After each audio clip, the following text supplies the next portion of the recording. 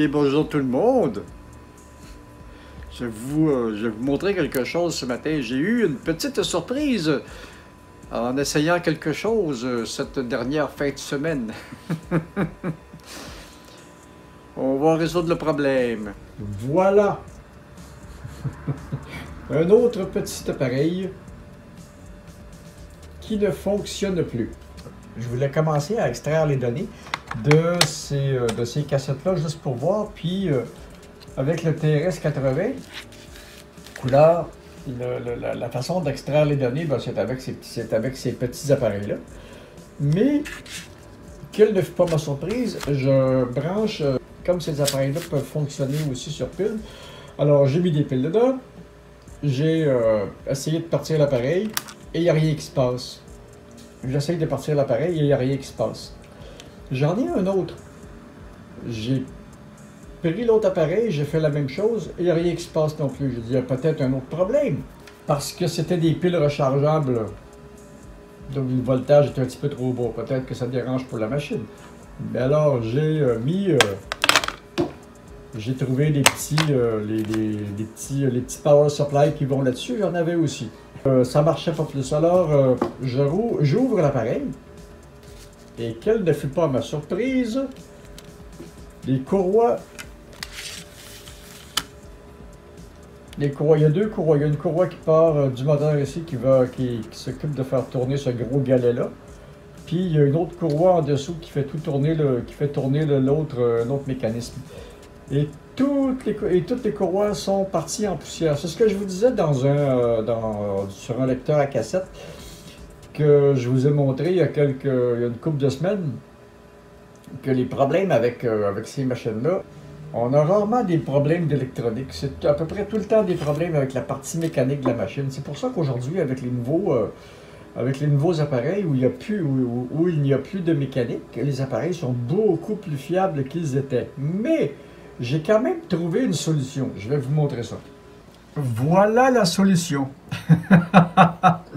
Là, je suis sur Amazon et ces petits appareils-là existent encore parce que les petits lecteurs cassettes que je vous ai montrés, desquels on se servait pour faire du stockage de données sur les vieux TRS couleurs, eh bien, n'étaient autres que des appareils audio. Donc, j'ai regardé les différentes options que pose l'appareil, même au niveau de ses connexions, et c'est exactement la même chose. Donc, ce que l'on va faire, c'est qu'on va acheter un petit nouvel appareil.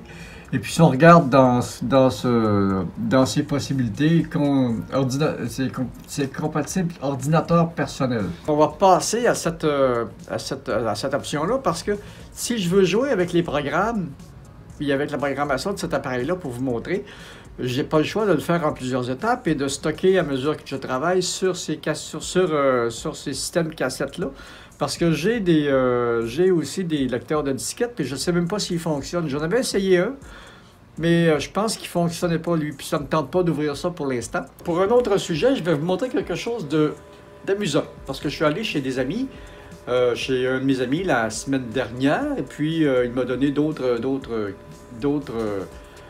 équipements pour les Macintosh. Et puis, j'ai mis la main.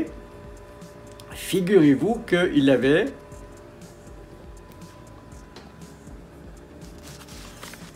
une copie originale du fameux Command & Conquer c'est un programme avec lequel j'ai un projet. Et puis, pour que ça aille bien, ben, ça me prenait deux copies du programme. Donc, voilà une deuxième copie. Ça va être génial. On va pouvoir essayer des choses avec ça. Et puis, ce vieux programme-là que je vais explorer, ou ce programme qui ressemble, c'est un programme d'exploration, ça aussi.